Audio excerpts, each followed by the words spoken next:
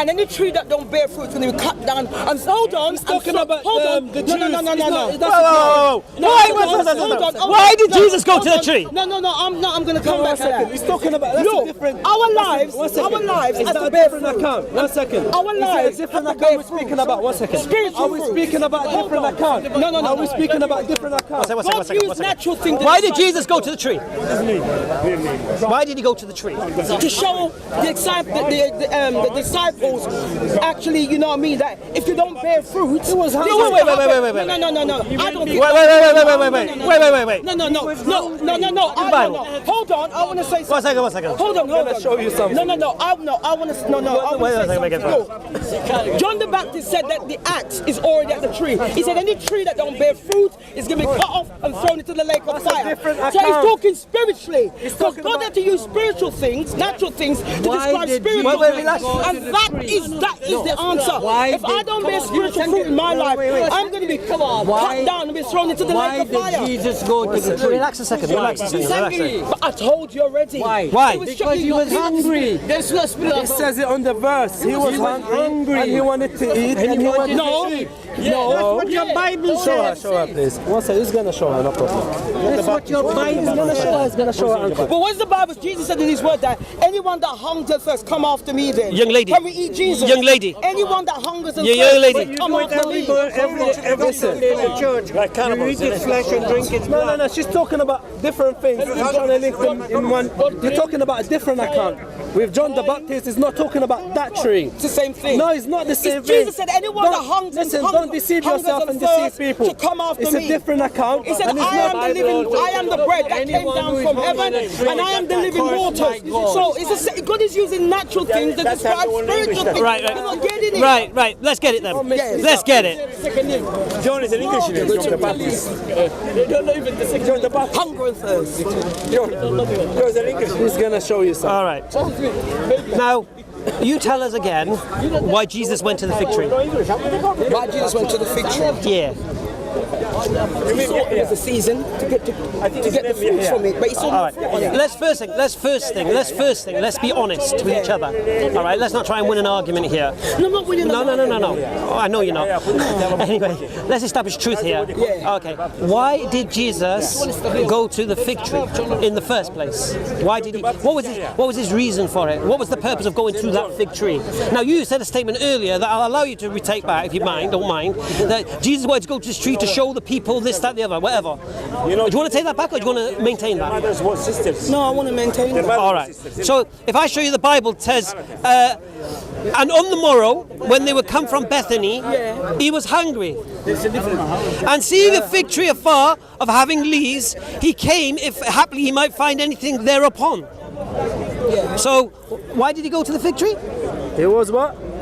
Hungry. Yes, but what I'm trying to say. No, why did he go to the fig tree? Let's do one thing at a time. Yes, because he was hungry. Yes. Right. So you accept that? Yes. Right. And he went to the fig tree to get what? Figs. Right. All right. A fruit then. No, figs. It's a fruit. Not a fruit. Right. And then he found, when he got there, it was nothing but leaves, for the time of figs was not yet. Yes. So Jesus is hungry, and he sees a fig tree, and he goes over to this fig tree to eat some figs. But it's not the season for figs, so obviously there's no figs on the tree. And what does he do?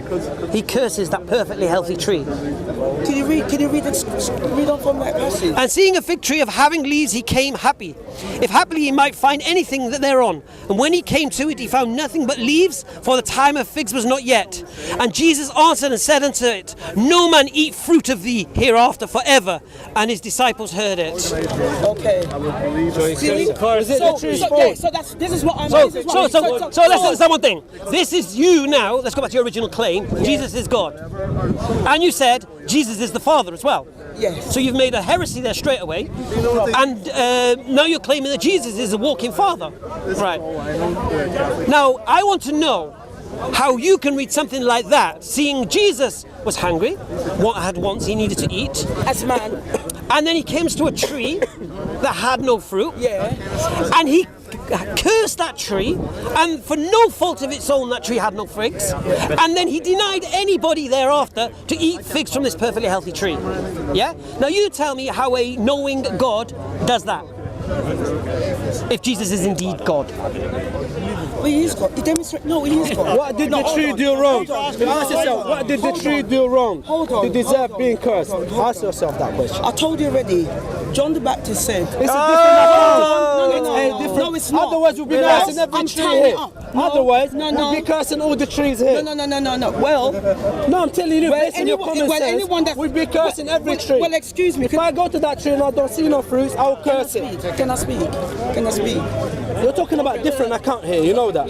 John the Baptist was talking about metaphorically about in what the I believe, Jews. you're either walking under a blessing or you're walking under Now a you're curse. preaching. No. I'm not preaching. Now you're preaching. No, I'm not preaching. Yes, you are. No, I'm not. You are. You're either walking under a blessing You've or completely ignored what I just said. This is the deacon I'm into. Don't get any aggressive around it, yeah? Is what? We're Muslims, brother. We're not. We don't do aggression, mate.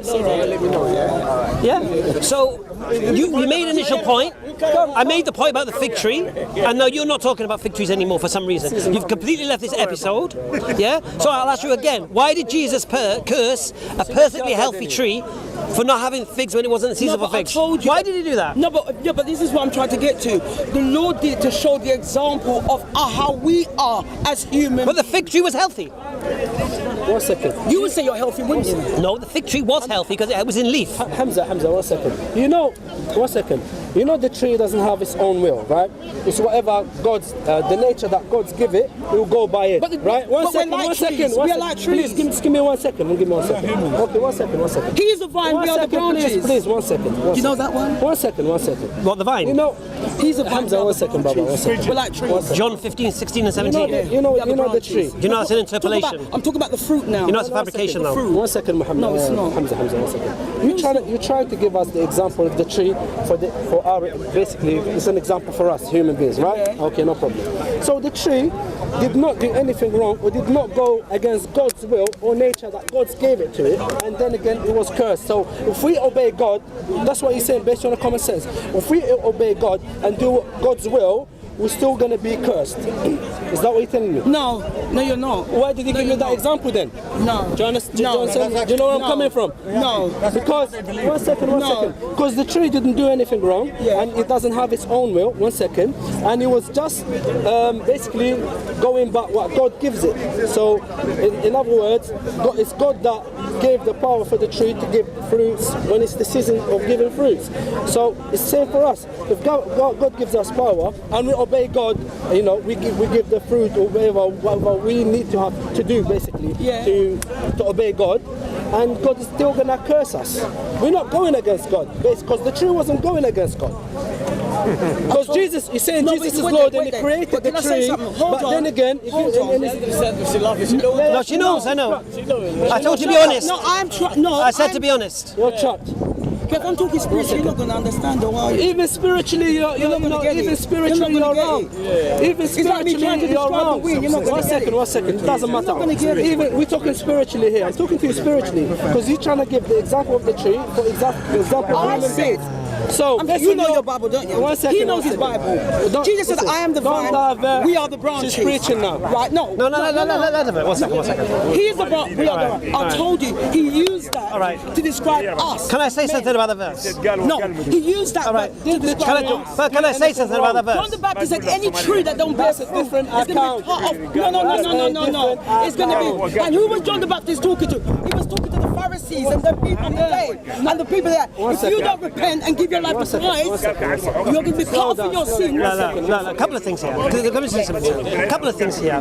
You appeal to this, the vine business. Okay. Now, this is an education for everybody out there because it's not quite mainstream as yet, I truly believe verse 15, 16 and 17 in the Gospel of John are interpolations, fabrications, personally. Okay. The reason I believe this, because Jesus is talking in John 14 and he says to his disciples, I will not speak much more to you now. Come on, let us leave this place at the end of 14. And then in 15, 16 and 17, Jesus is doing the longest lecture he's ever done in the whole of the New Testament. And then chapter 18 says, and after Jesus says these words, they prayed and left. 14, 15 and 16 do not fit in with Jesus saying, I will not say much more to you now, come on, let us leave.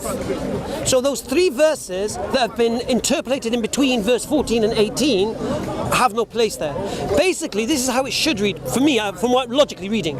Jesus says, I will not speak much more to you now. Come on, let us leave this place. And after he said these words, he prayed and they left. Because this is when the Jews are coming to arrest him. Yeah? So Jesus knows that. So from there they leave and they go to Kidron Valley and then to the Garden of Gethsemane. Yeah? So the last place that Jesus will sit down doing any lectures about any vines is after saying, I will not speak much more to you now. And even some versions of the manuscripts don't even have the word much. So Jesus says, I will not speak more to you now. Yeah. And then what you're saying to support what you've just said now, which doesn't support what you said now anyway, this is a side point. That's in your... Well, according to the logic, those 3 verses are not even there. Anyway, that's not the point. The point is this, the original point. The tree, did it have a choice to bear fruit or not?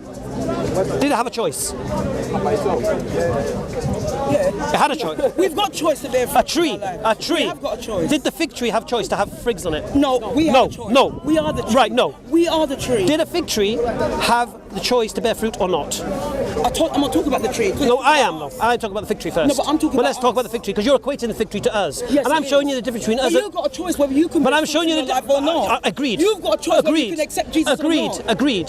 So therefore, but the fig tree didn't Then have a either choice. blessing or a curse. Okay, but what you're saying, the fig tree didn't have a choice, and yet it was still cursed. They're in the Holy Spirit. We have a choice to bear I fruit. told you the fig tree is not important. But No. You use that as an example. Yeah, but the example doesn't work. If you're trying to make it work, but it doesn't work, the reason being is I'm telling you, it we does. are not the same as a fig tree. Why not? Because we can choose to bear fruit or I not. told you we're like trees. I am the We're vine. not. We are the We're not. branches. Do you understand the? Yes. All right. Do you understand the concept of cause and effect? No, I don't. Right. Cause and effect is where nothing that begins to exist happens without a cause. Nothing. Okay. Now, some things are mechanical causes, and some things are conscious causes. So, for example, a fig tree will automatically start producing figs. Yeah, without a choice. As it exists, the fig growing process will exist. Yes. Okay. Okay. I'm a human being. One of my causes is my daughter. Yeah. My daughter wouldn't exist without me. Yes. But I can choose when to make that cause occur. Yes. Okay. So I am responsible. So my cause, my daughter or anything else, I'm a conscious cause. I can choose to obey, refuse, and such. Okay. The fig tree is a mechanical cause. As it was created, it doesn't have a choice in any matters. Yeah. It just produces figs. Yeah. So if the fig tree hasn't any figs, it isn't its fault, right? Yeah. Because that's how it was created. So can I ask you one thing then? Do you believe then that Jesus didn't know that there was no figs on the tree? Yes, I don't believe he knew there was figs on the tree. Verse, yeah. Reading the verse, he was hungry. He goes to the tree. He was gutted. I would There's say no- that he did know there was. Oh, he did know. Yes, he did know. So why'd he go to an empty tree? While the Romans are behind him trying to kill him. I told you, it's to show an example of how we should be. That's what I'm talking No, about. you can't say that. Jesus went to the He tree. knew. Jesus went to the tree because he was hungry. And they said, well, read the verse. Jesus was hungry. Sorry. Jesus was hungry. Yeah. He saw a fig tree. So he went there to see if he can find some figs. Now, would you go to somewhere to see if you can find some figs if you don't know there's figs on there? Yeah, but Jesus being God and all-knowing, you think he doesn't know there weren't no figs on? Come on, I'm asking you. He's not all-knowing. He is all-knowing. Well, if he knew, But that's what I'm saying. He did it as an example. example of what? For us. What is the So give me one example of Jesus' all-knowing nature. One example. Not all-knowing. You said Jesus is all-knowing. Give Give me an example. Give me an example. Does he know the time of the As hour? God, Does he know? not as man. Does he know the time of the hour? As God, not Does he as know man. the time of the hour? Does he know the day of judgment? One second. As man, no. Does Jesus As know God, it? yes. So Jesus doesn't know it. As man, no, but as God, yes. What does that mean? God? No. Oh, human. When he You haven't known, so he don't. In his humanity, he didn't know, but as God, he Right. does. So in his humanity, he knew there's no figs on the tree. Yeah. Of course he knew. Well, what you just said there, you didn't know it as a man. So Was he So God? now you're saying he can switch between divine and thingy nature, and at the same time says by himself he can do nothing. Just push the button. When the woman touches him from behind, who touched me? Who touched me? You think he didn't know who touched? He knew who touched him. So why did he ask who touched me? Because he wanted the woman to come. Because remember, she was hiding behind the crowd. He wanted the woman to come and reveal herself. No. He could have said, woman, it's you that. He could have said, it's you that touched me. In Mark, But he wanted the woman to I'll tell you come. what he did. I'll tell you what he did. I'll tell you what he did. Yeah. In the Gospel of Mark, Yeah, he knew. in the Gospel of Mark, when the woman touched him, he turned and said, who touched me? Right? Yes. In the Gospel of Matthew, Yeah. he turns and says, why do you touch me? So now he knows. He didn't know in Mark. Now all of a sudden in Matthew he knows. Really? It's called Christology. It's showing how Jesus is slowly being transformed from a basic man into a God by the Gospel of John. Trying to elevate him. Because in one time he doesn't know, the next he knows. That's why you find a lot of verses in John, which is the last gospel. In Matthew, like for example, you know when he curses the fig tree in Mark, it's the next day. They notice the fig tree's withered, and they say to Jesus, "Oh look, there's that tree you." Forgive me, my sister. Sorry. There's that fig tree. Yeah. In Matthew, the tree withers immediately, showing he's more powerful now. Don't make no sense. And here's the problem. You see, you're misunderstanding the teachings of Jesus. This is the problem.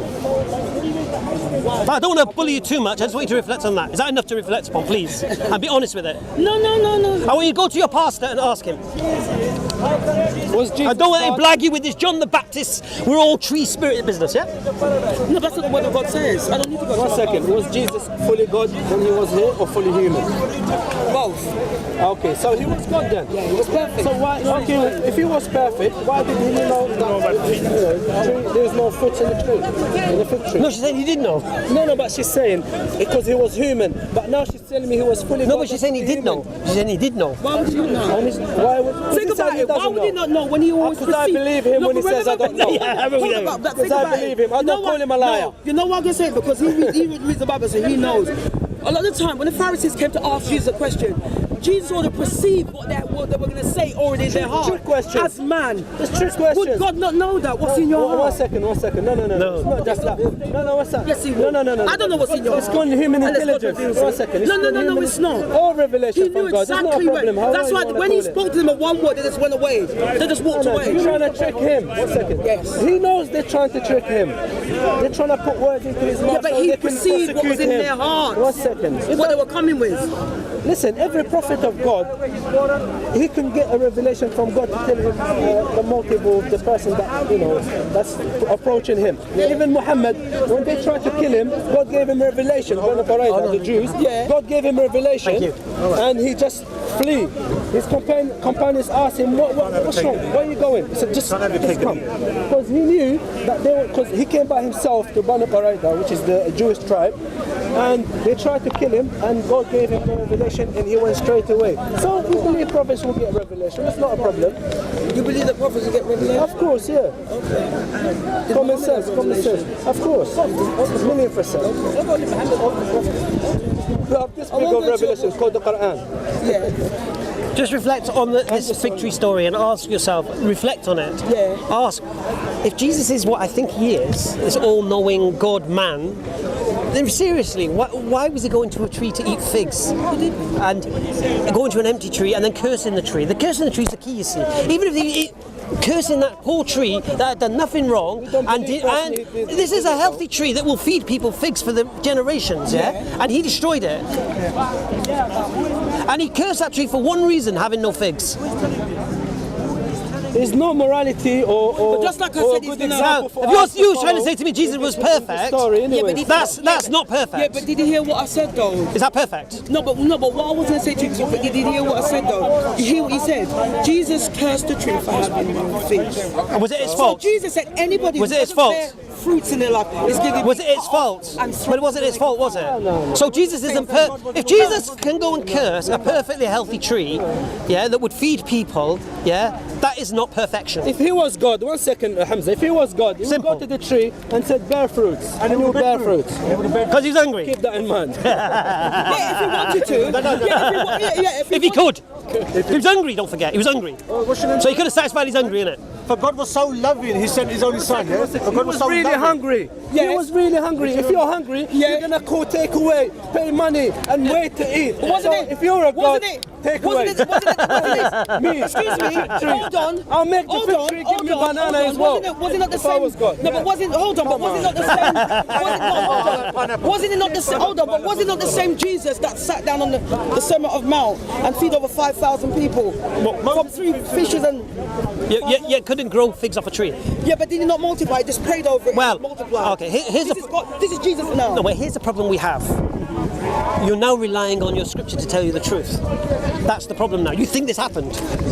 Oh, sorry. Was there any source outside of the New Testament said 5,000 people were fed? Any source? Non-biblical. Because that's quite miraculous, isn't it? That is miraculous. So some historian outside of the New Testament would have recorded this event. Did anyone record an event of 5,000 people being fed with all these miraculous stories and everything you're believing? You weren't born believing this stuff. It's been taught to you, yeah? And you've read it. And the question is, why do I believe it? You know, I'm not. There has to be a reason for why you believe Study it. his book. Do you get me? If you study his book, you No, it's a very, very valid point. Yeah. Now look at it. That's what I'm saying, because you have to reflect. You can't just accept things. Look, you don't study the Quran, you study the Bible. you can't, like for example, the Hindus believe what their book says, isn't it? Yeah. That there was Ganesh and his head cut off and they put an elephant head on it, and they believe all this stuff as if it's real. Now, did you know this? Now, this is one that's going to shock you. There are 15 religions that predate Christianity that speak of a virgin birth on December the 25th. No, I'm not saying something. And a crucifixion and raising after 3 days from the dead. Are you aware of that? He studied the Bible, so he can attack us. So all these things that Jesus did, they're not original. They've been done in previous religions. The Greeks, the Danes, and all of these things contain crucifixions, piercing with a spear, born December 25th, virgin birth. Yeah? So this is not an original thing. So it's not hard to create this story. Now, when you marry that up with the fact there's no historical records of any of this, you've got to think about it, innit? So reflect, inshallah. Take care.